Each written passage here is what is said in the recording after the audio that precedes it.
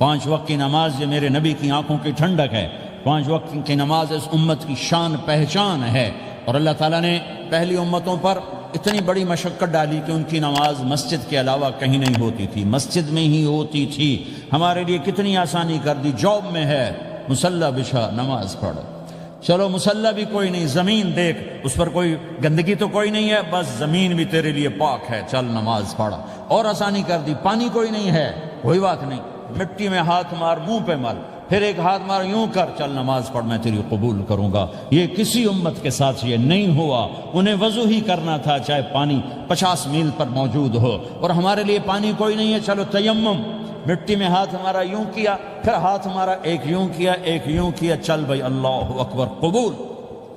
عمار بن یاسر رضی اللہ تعالیٰ عنہ سفر میں تھے، ان کو نہانے کی ضرورت ہو گئی، نائٹ فال ہو گیا، تو انہوں نے سوچا کہ ویسے تو آدمی کو وضو کی ضرورت ہوتی ہے تو خالی منہ پہ ہاتھ مارا اور یوں کونیوں تک، لیکن مجھے تو غسل کی ضرورت ہے، تو خالی اس سے تو کافی نہیں ہوگا۔ تو انہوں نے کپڑے اتارے، اکیلے تھے، ریت کے اوپر کبھی یوں لیٹے کبھی یوں لیٹے کبھی یوں لیٹے، 3-4 دفعہ یوں یوں اور یوں رول ہوتے ہوتے پھر انہوں نے نماز پڑھی۔ آئے اللہ کے نبی کی بارگاہ میں، یا رسول اللہ مجھے رات کو نہانے کی ضرورت پڑ گئی، تو میں نے کہا وضو کے لیے تو خالی یہ 2 دفعہ کرنا کافی ہے، تو یہ تو نہانا تھا، تو میں تو ریت میں خوب رول ہوتا رہا۔ میرے نبی نے انما یکفیک ضربتان، ارے سیدھے بندے عمار، اس کے لیے بھی اتنا ہی کافی تھا کہ تو یوں کرتا اور یوں کرتا اور تو پاک ہو جاتا۔ اللہ نے اس نبی کے طفیل، اس محبوب مصطفیٰ صلی اللہ علیہ وسلم کے طفیل، اللہ نے کیا کیا سہولتیں اور آسانیاں ہمیں عطا فرمائیں۔ پھر نماز 4 کی 2 رکعت کر دی کہ بھئی تم مسافر ہو 2 پڑھو، روزے میں سفر میں روزہ معاف کر دیا، بعد میں رکھ لینا، بعد میں رکھ لینا، قضا کرنے کا حکم، بالکل چھوڑنے کا نہیں۔ اور کہا کہ بھائی مریض ہو چھوڑ دو، مسافر ہو چھوڑ دو، اور نماز 2 رکعت کر دو، سنتیں چھوڑ دو۔ ابن عمر رضی اللہ تعالیٰ عنہ بیٹھے تھے تو انہوں نے 2 رکعت پڑھ کے بیٹھ گئے، تو ان کے خادم نے کہا سنت نفل نہیں پڑھو گے؟ کہا اگر پڑھنا تو 4 فرض پڑھتا میں، میرے اللہ نے معافی دے دی تو میں کیوں پڑھوں؟ میرے نبی نے سفر میں سنتیں نہیں پڑھی کبھی، اپنی امت کو سہولت دینے، فجر کی سنتیں 2 پڑھتے تھے، اس کے علاوہ سنتیں نہیں پڑھی تاکہ میری امت کو سہولت ہو، آسانی ہو۔ ایک دفعہ بارش ہو رہی تھی اور کوئی جگہ نہیں تھی نماز پڑھنے کے لیے، تو آپ نے اپنی اونٹنی کو آگے کیا اور اس پر بیٹھ گئے، بیٹھے ہی تھے، پیچھے صحابہ نے اونٹنیوں پر ہی صفیں بنائی، اور یہ نماز اونٹنی پہ بیٹھ کر ادا کی گئی بارش کے اندر۔ نماز اونٹنی کے اوپر نماز بھی ہو گئی، رکوع بھی ہو گیا، سجدہ بھی ہو گیا، سلام بھی ہو گیا۔ پہلی امتوں کے لیے نہیں تھا، سجدہ ہی کرنا پڑے گا۔ یہ اللہ کے محبوب مصطفیٰ صلی اللہ تعالی علیہ وسلم کی طفیل، میرے اللہ نے ہم پہ فضل و احسان کیا، تو میرے نبی کی زندگی میں عبادات میں نماز سب سے اعلیٰ نظر آتی ہے، سب سے نمایاں نظر آتی ہے۔ اور پھر بازار میں، گھر میں، دفتر میں، ماحول میں میرے نبی کے اخلاق، یہ زندگی کا دوسرا روشن پہلو ہے۔ میرے نبی کی ساری زندگی 2 لفظوں میں آتی ہے، عبادت اخلاق، عبادت اخلاق، یا 2 اور لفظ، حقوق اللہ حقوق العباد، حقوق اللہ حقوق العباد۔ حقوق اللہ میں نماز سب سے اعلیٰ، اور حقوق العباد میں لوگوں کی برداشت کرنا، لوگوں سے درگزر کرنا، معاف کرنا، جھوٹ سے بچنا، دھوکے سے بچنا۔ میرے نبی سے پوچھا گیا یا رسول اللہ مسلمان کنجوس ہو سکتا ہے؟ ہم نے کہا ہو سکتا ہے۔ یا رسول اللہ مسلمان کمزور ہو سکتا ہے، بزدل ہو سکتا ہے، ڈرپوک ہو سکتا ہے؟ آپ نے کہا ہو سکتا ہے۔ یا رسول اللہ مسلمان جھوٹ بول سکتا ہے؟ آپ نے کہا نہیں، جھوٹ نہیں بول سکتا، جھوٹ نہیں بول سکتا۔ ہاں، الا لعنت اللہ علی الکاذبین، جھوٹوں پہ اللہ کی لعنت۔ اس لعنت کے ساتھ 400 پاؤنڈ بچا لیے، 4000 بچا لیے، 4 ملین بچا لیے، 4 بلین بچا لیے، 4 ٹریلین بچا لیے، ساری دنیا کو بچا لیا، اور اوپر اللہ کی لعنت پڑی تو اللہ کی قسم گھاٹے کا سودا ہے۔ اور سچے ہو گئے، سچ بولا، یہ میں 100 پاؤنڈ کماتا ہوں، لے لو جو لینا ہے اس میں سے، یہ میں 1000 پاؤنڈ کماتا ہوں، لے لو جو لینا ہے، یہ میں 50,000 پاؤنڈ کماتا ہوں، لے لو جو لینا ہے، کہ مسلمان کی زبان سے جھوٹ نہیں نکلتا، سچ ہی بولتا ہے۔ آپ تشریف لے جا رہے ہیں، ایک آواز ہے یا رسول اللہ، آپ نے یوں دیکھا، کوئی نظر نہیں آیا، پھر آواز ہے یا رسول اللہ، تو آپ نے دیکھا کہ ہرنی ڈیئر چھوٹی وہ کھڑی ہوئی، رسی میں بندھی، تو آپ نے کہا کیا ہوا؟ کہا جی آپ کا صحابی مجھے پکڑ کے لایا ہے، میرے چھوٹے چھوٹے بچے بھوک سے رو رہے ہوں گے، آپ مجھے چھوڑ دیں، میں بچوں کو دودھ پلا کے واپس آ جاتا، مجھے پتا ہے میرے اللہ کی تقدیر میرے بارے میں کیا ہے۔ تو آپ نے کہا اگر تو واپس نہ آئی تو پھر تو اس نے کہا مجھے اللہ جہنم میں ڈال دے. آپ نے اس کی رسی کھول دی, خود وہیں بیٹھ گئے. اس نے دوڑ لگائی اور پہاڑوں میں گم ہو گئے. تھوڑی دیر کے بعد وہ دوڑتی ہوئی آئی اور آ کے سر یا رسول اللہ میں حاضر ہو گیا. تو آپ نے اس کو باندھ کے وہیں آپ بیٹھ گئے نہیں. دیر کے بعد وہ صحابی آئے جنہوں نے اس کو شکار کیا تھا, پکڑا تھا. تو کہنے لگے, ان کا یا رسول اللہ آپ یہاں کیسے؟ کہ میں ایک درخواست لے کر آیا ہوں. کہ کیا؟ کہ یہ ہرنی مجھے ہدیہ کر دو. کہ یا رسول اللہ سب کچھ آپ کا ہے, کہ بس یہ ہدیہ کر دو. یا رسول اللہ حاضر. تو آپ نے اس کو لے کر رسی اس کی گردن سے نکالی کہ جا بچی اپنے بچوں کے پاس جا کے خوشی منا. سچ نجات دیتا ہے اور جھوٹ ہلاک کرتا ہے. ایک ہرنی جان کی بازی کھیل گئی سچ بولنے کے لیے. تم چند پونڈوں پہ جھوٹ بولتے ہو, ایمان کو برباد کر کے رکھ دیتے ہو. مسلمان جھوٹ نہیں بولتا, مسلمان دھوکہ نہیں دیتا, مسلمان کی زبان سے سخت بول نہیں نکلتا, کسی کو بے عزت نہیں کرتا, کسی کو کی بے اکرامی نہیں کرتا, کسی کا دل نہیں توڑتا, کسی کو ذلیل نہیں کرتا, خود سہتا ہے, اوروں کو خوشیاں دیتا ہے, خود دکھ سہتا ہے, اوروں کو راحت دیتا ہے, خود تکلیف سہتا ہے. یہ میرے نبی کے اخلاق ہیں, یہ میرے نبی کی زندگی ہے, اور یہ اسلام کا سب سے بڑا چیپٹر ہے, وہ سب سے مشکل چیپٹر ہے. جب میرے نبی نے لمبی نمازیں پڑھی تو اللہ نے روک دیا کہ میرے حبیب ما انزلنا علیک القرآن لتشقى, اتنی لمبی نماز نہ پڑھ کے تو تھک جائے. میرے نبی نے تبلیغ میں زور دکھایا تو اللہ نے روک دیا, فلتذهب نفسك علیہم حسرات. میرے نبی اتنا غم نہ کر کے آپ خود ہی آہیں بھرتے بھرتے آپ مر جائیں. میرے نبی نے مال سارا خرچ کیا, اللہ نے اس سے بھی روک دیا. ولا تبسطها كل البسط فتقعد ملوما محسورا. اتنا خرچ نہ کریں کہ آپ خود پھر دکھی ہو کے بیٹھ جائیں. خرچ کرنا بہت بڑا عمل, تبلیغ سب سے سارے عملوں کا سردار عمل. تبلیغ سے بڑا کوئی کام ہوتا تو اللہ نبیوں کو دیتا. اگر تبلیغ سے بڑھ کر کوئی کام ہوتا تو اللہ نبیوں کو دیتا. گشت سے بڑھ کر کوئی محنت ہوتی تو اللہ نبیوں کو دیتا.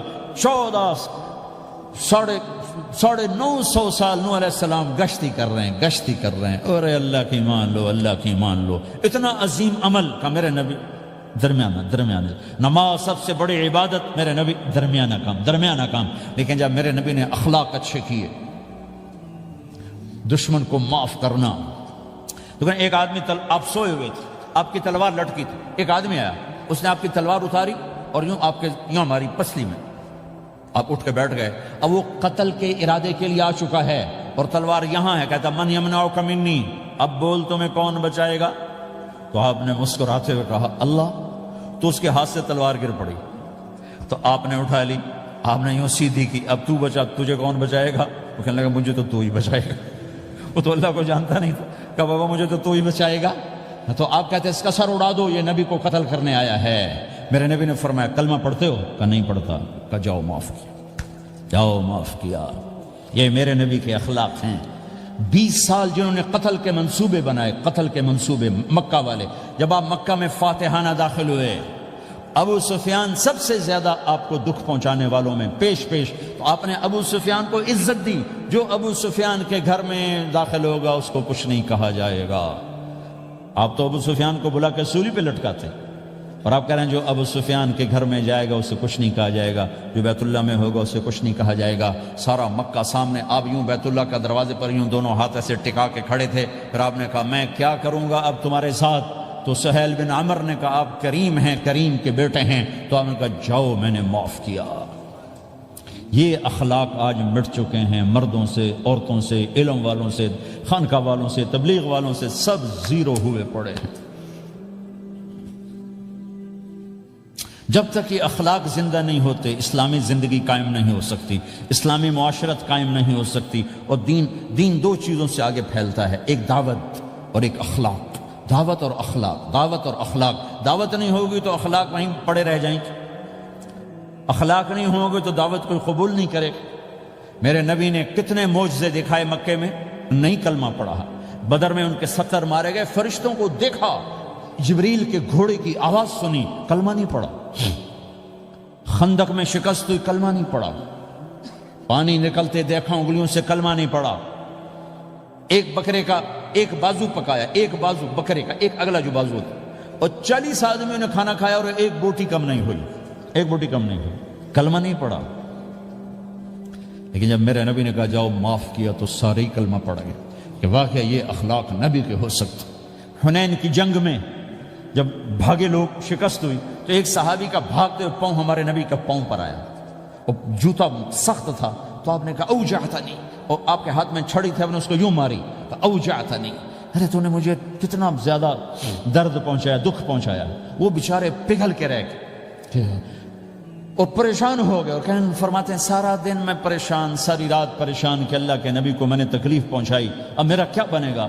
اگلا دن ہوا تو اعلان ہو رہا تھا بھائی جس کا پاؤں نبی کے پاؤں پہ آیا تھا اس کو اللہ کے نبی بلا رہے ہیں. تو صحابی کہنے لگے میں نے سمجھا بس اب میری تو دنیا بھی گئی اور آخرت بھی گئی، اب میرے اوپر کیس بنے گا اور مجھے ڈانٹ ڈپٹ بھی ہوگی، میرا کتنا بڑا گھاٹا نقصان ہوگا. یہ حاضر ہوئے ڈرتے ڈرتے.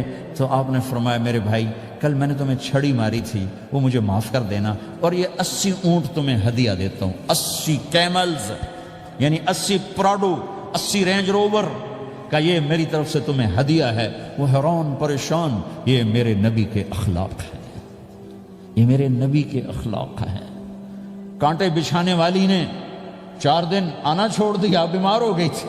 تو آپ نے اب کیا بات ہے، وہ ہمارے راستے میں اب کانٹے کوئی نہیں ہیں. کہا جی وہ بیمار پڑی ہے جو کانٹے بچھاتے تھے. تو آپ اس کے گھر چلے گئے، ماں جی خیریت تو ہے، اب ٹھیک تو ہیں. کہا بیٹا مجھے کلمہ پڑھا دے، بس تیرے اخلاق نے مجھے فتح کر لیا ہے.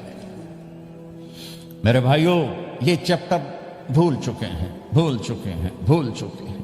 جب تک یہ چیپٹر زندہ نہیں ہوگا زندگی اسلامی نہیں بنے گی، معاشرہ اسلامی نہیں بنے گا، اور آگے قوموں کے لیے اسلام کا دروازہ نہیں کھلے گا. ہمیں معاف کرنا آتا ہو، ہمیں گالی دینے والے کو دعا دینا آتا ہو، غیبت کرنے والے کی تعریف آتی ہو، اور غیبت کرنے سے، غیبت سننے سے اپنے آپ کو ایسے بچاؤ جیسے زہر سے بچا دے، اسے آگ سے بچاتے. ایک دوسرے کو نفرت کا بول نہ بولو ورنہ ساری زندگی تباہ و برباد ہو جائے گی. میرے رب کی قسم، میرے نبی نے کہا ایک زبان کا بول انسان بولتا ہے اور جہنم کی گہرائیوں میں گر جاتا ہے، اور ایک زبان کا بول انسان بولتا ہے اور جنت کے درجات پر چڑھ جاتا ہے.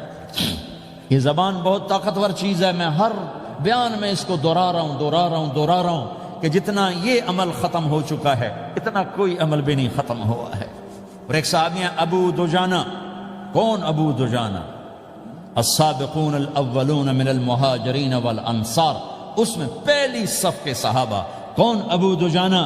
جب آپ حج پر گئے تو اپنی جگہ مدینے کا امیر ابو دجانہ کو بنایا. ابو دجانہ حج میں شریک نہیں ہوئے کہ آپ نے اپنی جگہ ان کو اپنا نائب بنا کے وہاں کھڑا فرمایا ابو دجانہ میری جگہ پر مدینے کا امیر ہے. یہ وہ ابو دجانہ ہیں.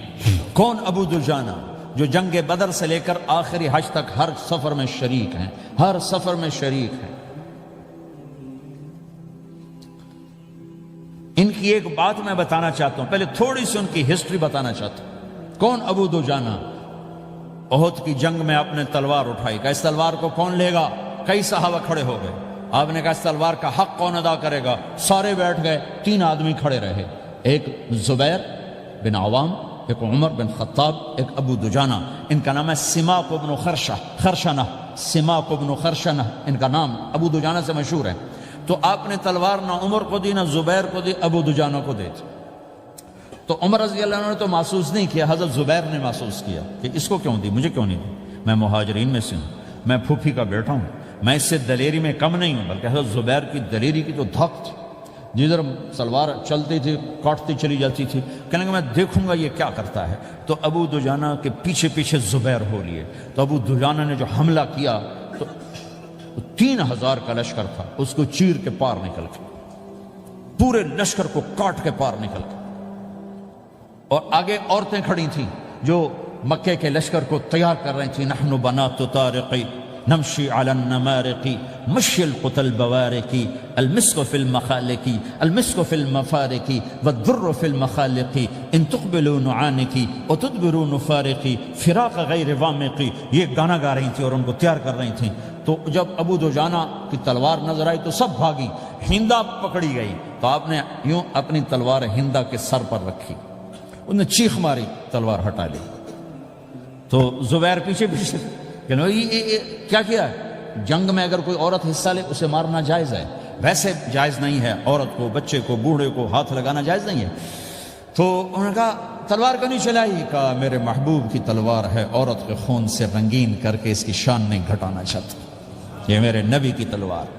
پھر واپس ہوئے، پھر اٹیک کیا اور پھر مجمع کو چیر دیا۔ سامنے ایک آدمی آ رہا تھا ہاتھی کی طرح، اتنا لمبا موٹا تازہ، تو زبیر کہنے لگے میرے جی میں آیا کبھی اس کی ٹکر ہونا پھر میں دیکھوں ابو دجانہ کیا چیز ہے۔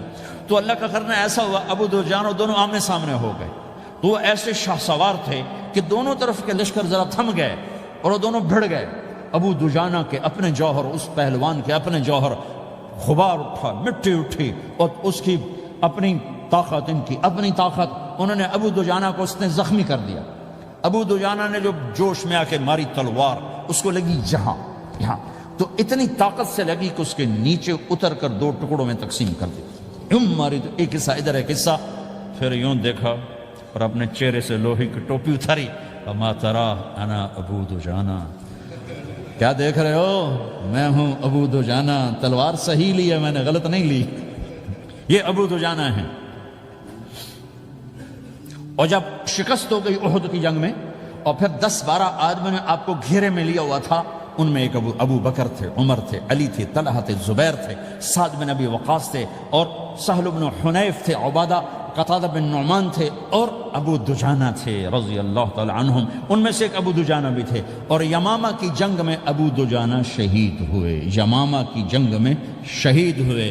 یہ ابو دجانہ کی تھوڑی سی سیرت آپ کے سامنے آئی ہے۔ اس کے بعد اب آپ ان کے قول کو سنو تاکہ اس کا وزن آپ کے سامنے آئے۔ یہ بدر کے شریک ہیں، اللہ کے نبی نے کہا بدر کا صحابی جو مرضی کرے بخشا گیا۔ یہ صلح حدیبیہ کے شریک ہیں، اللہ نے قرآن میں کہا لقد رضی اللہ، میں ان سے راضی ہو گیا۔ یہ صحابی ہیں، اللہ نے کہا کلا وعد اللہ الحسنى، اے میرا نبی تیرے ہر صحابی کے لیے جنت کا وعدہ ہے۔ اور اب یہ کیا کہتے ہیں؟ یہ کیا کہتے ہیں لوگو؟ ان ارجع عملی عند، لوگو میرے پاس، ابو دجانہ میرے پاس بخشش کا سب سے بڑا عمل جانتے ہو کیا ہے؟ بدر نہیں، احد نہیں، حدیبیہ نہیں، خندق نہیں، خیبر نہیں، فتح مکہ نہیں، آخری حج نہیں۔ کیا ہے؟ کیا ہے لوگو؟ ان ارجع عملی عندی، میرے پاس آخرت میں بخشش کا سب سے بڑا عمل بس ایک ہے کہ ما آذیت احدا باللسان، میں نے اپنی زبان سے کبھی کسی کو دکھ نہیں پہنچایا۔ ولا اجد فی قلبی غلا لاحد، اور میرے دل میں کسی کے لیے بغض کوئی نہیں ہے، بس یہ میری بخشش کا عمل ہے۔ تو بھائیو، نبی کے اخلاق میں 2 چیزیں لے لو، ایک زبان سے کسی کو دکھ نہ دو، ایک دل میں کسی کا بغض نہ رکھو۔ اللہ کی قسم بغیر حساب کتاب کے جنت میں جاؤ گے۔ بڑے بڑے جنید بغدادی اور بڑے بڑے معرفت والے تمہیں دیکھتے رہ جائیں گے، تمہاری رفتار اتنی تیز ہوگی کہ تمہیں وہی پکڑ سکے گا جس کا یہ 2 عمل تم سے زیادہ اچھا ہوگا۔ جس روڈ پہ رش ہوتا آپ وہاں سے گاڑی ہٹا لیتے ہو، ادھر نہیں جانا، ادھر رش ہے، وہ سائن وغیرہ آپ کو آ جاتے ہیں کہ بھائی ادھر بلاک ہے، ادھر نہیں جانا، ادھر جانا ہے۔ تو جہاں روڈ پہ رش ہوتا ہے تو قیمتی سے قیمتی گاڑی کی رفتار بھی آہستہ ہو جاتی ہے، اور جہاں روڈ خالی ہوتا ہے تو پرانی گاڑی بھی بھاگے جا رہی ہوتی۔ ہمارے یہاں پرانی گاڑی ہوتی ہے نا، پرانی بسوں کے پیچھے لکھا ہوتا ہے نہ انجن کی خوبی نہ ڈرائیور کا کمال، خدا کے سہارے چلی جا رہی ہے۔